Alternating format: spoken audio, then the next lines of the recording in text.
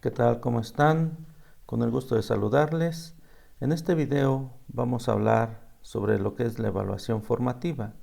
Evaluar para mejorar. Para iniciar, ¿qué entendemos por evaluación formativa? La evaluación formativa se centra en el proceso de aprendizaje con el propósito de proporcionar una retroalimentación constante para el máximo logro de aprendizaje de las niñas y los niños. A diferencia de la evaluación sumativa, que se realiza por lo regular siempre al final de un periodo para asignar una calificación, la evaluación formativa se lleva a cabo de manera continua a lo largo del proceso educativo. Aquí se trata de romper aquellos viejos esquemas o aquel viejo concepto que teníamos de evaluación. Mucho lo relacionamos con la asignación de una calificación, pero ahora se busca aprender de las dificultades que enfrenta el alumno o la alumna. ¿Qué características tiene la evaluación formativa? Una de las características principales es la retroalimentación constante, y esta se utiliza para identificar las fortalezas y debilidades que tiene la alumna o el alumno. El aprendizaje está centrado en el estudiante de acuerdo a sus características, es decir, no todas las alumnas y los alumnos tienen las mismas características de aprendizaje, y eso pondré un ejemplo más adelante. La mejora del aprendizaje de cada estudiante, la participación activa del estudiante en el proceso autorreflexivo y autoevaluativo, es decir, hacer a la alumna, al alumno partícipe de este proceso evaluativo. Y la evaluación formativa trabaja con el error, es decir, aprendemos de que si nos equivocamos o cometemos algún error, no hay ningún problema, simple y sencillamente eso nos ayuda a mejorar.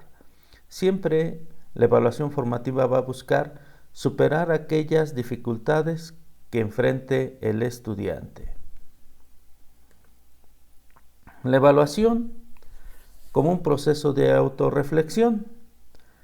A continuación, les quiero presentar una propuesta para el proceso evaluativo. Primero, hay que hacer ver a los tutores, a las madres y padres de familia, que una calificación no representa la capacidad total del alumno. Es decir, tenemos que aceptar y reconocer que la alumna o el alumno cumple con ciertas características, pero eso no determina que si se le dificulta o tiene dificultad, por ejemplo, en resolver un problema matemático, eso no le determina que sea incapaz de desarrollar otras habilidades. Hay alumnas y alumnos que son buenos para dibujar, para leer, para escribir, para redactar historias, pero eso no determina que por un error significa que la alumna o el alumno no tenga la capacidad de poder potenciar otras habilidades que tiene. Y también es importante que el alumno y la alumna sean parte de la evaluación, hacerlos partícipes del proceso evaluativo. Para ello, siempre al inicio del ciclo escolar, hay que dar a conocer qué evaluamos. Como docentes, sabemos que todas y todos tenemos la libertad de elegir los criterios que consideramos prioritarios para poder evaluar a nuestro grupo. Comúnmente lo representamos con porcentaje. Un ejemplo, el examen el 30%, las tareas el 20%, los proyectos 30% y trabajos en el aula 20%. Este es un ejemplo, pero habrá algunas otras maestras y maestros que consideren otros elementos importantes para su evaluación. Por ejemplo, algunos considerarán o darán mayor prioridad al fomento de la lectura y pedirán a la mejor reportes de lectura que se considerarán para el proceso evaluativo.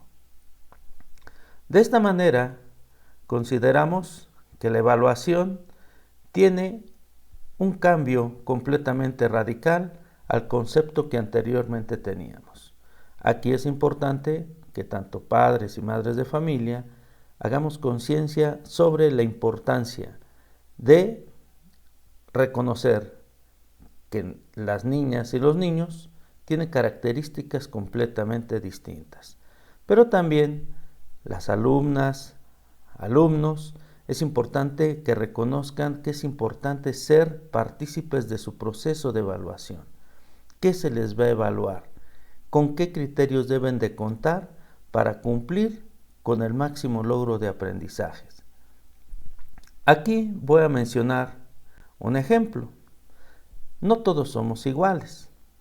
Es importante que como alumna o alumno reconozcas tus fortalezas y tus debilidades. En eso debes de enfocarte para mejorar. Tenemos una imagen donde se presentan 4 alumnos con características físicas distintas. Si a estos alumnos los pusiéramos a correr o a hacer algún tipo de actividad física, encontraríamos que algunos alumnos van a presentar cierta dificultad y a otros se les van a facilitar las cosas. Si los pusiéramos a jugar básquetbol, encontraríamos que en este caso las alumnas y los alumnos estarían de alguna otra manera buscando la forma de cómo practicar este deporte de acuerdo a su capacidad, en este caso a la habilidad de botar el balón, la habilidad de correr, por la estatura, la habilidad de saltar. Así es en el aprendizaje. No todas y todos tenemos las mismas capacidades para aprender.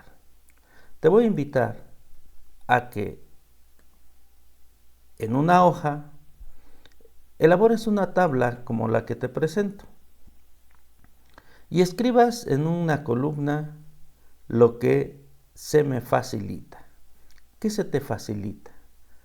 ¿Qué sientes tú que tienes esa habilidad ya desarrollada y que se te da fácil por aprender o hacer alguna actividad?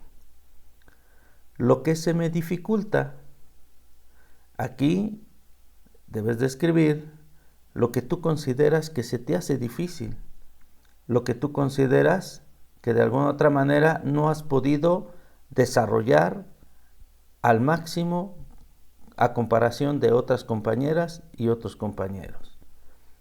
Lo que me gusta.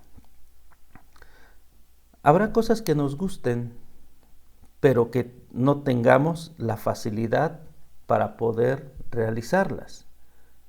A mí me gusta, por ejemplo, el fútbol, pero no he desarrollado toda esa capacidad para haber sido un futbolista profesional. Es decir, no todas y todos lo que nos gusta significa que tenemos la capacidad para desarrollar ese tipo de actividades.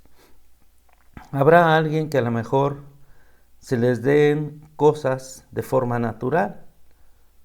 Hay alumnas y alumnos que tienen una gran velocidad y pueden participar en el atletismo. Algunos otros tienen una gran habilidad matemática, otros tendrán alguna otra habilidad para realizar experimentos, que les interese la ciencia. Es decir, no todas y todos tenemos la misma posibilidad de tener las habilidades al mismo tiempo. sino otras tenemos que trabajar para mejorarlas. Y en eso es lo que debemos de enfocarnos. ¿Cómo mejorar esas habilidades? Ya que si tenemos cierta dificultad, tendríamos que empezar a buscar la forma para superar las dificultades que se nos presenten. De aquí vas a poder empezar a conocerte también a ti mismo. Reconocer que a veces no lo que nos gusta siempre vamos a tener de manera nata o de manera de nacimiento el desarrollo de esa habilidad. Habrá otros que sí la tengan, pero que tampoco sea ese su interés. Iniciaremos, por ejemplo, mencionando si hay alguna dificultad, como por ejemplo, se te dificulta leer con fluidez, pues debes de empezar a diseñar un plan de trabajo para mejorar. ¿Qué tendrías que hacer para mejorar la fluidez de la lectura? A lo mejor podrías leer todos los días una página, podrías de alguna otra manera buscar la forma de leer en un espacio determinado, en un horario que tú determines y consideres prioritario. Para poder expresar ideas o pensamientos, muchas veces tenemos la dificultad de poder expresar ante los demás una idea o un pensamiento. A veces las palabras no las hilamos y nuestra idea no la podemos transmitir completamente.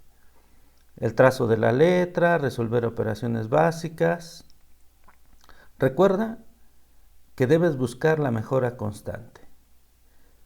Y en eso consiste la evaluación formativa, en buscar mejorar constantemente nuestras habilidades, nuestras capacidades y también favorecer siempre el aprendizaje. Espero que este video haya sido de tu agrado y te pido de favor que nos compartas tu opinión, qué encontraste en la elaboración de tu tabla, qué fortalezas tienes, qué se te dificulta, qué se te facilita y qué vas a empezar a hacer para superar aquellas dificultades que tienes. Agradezco tu atención, nos vemos, hasta la próxima.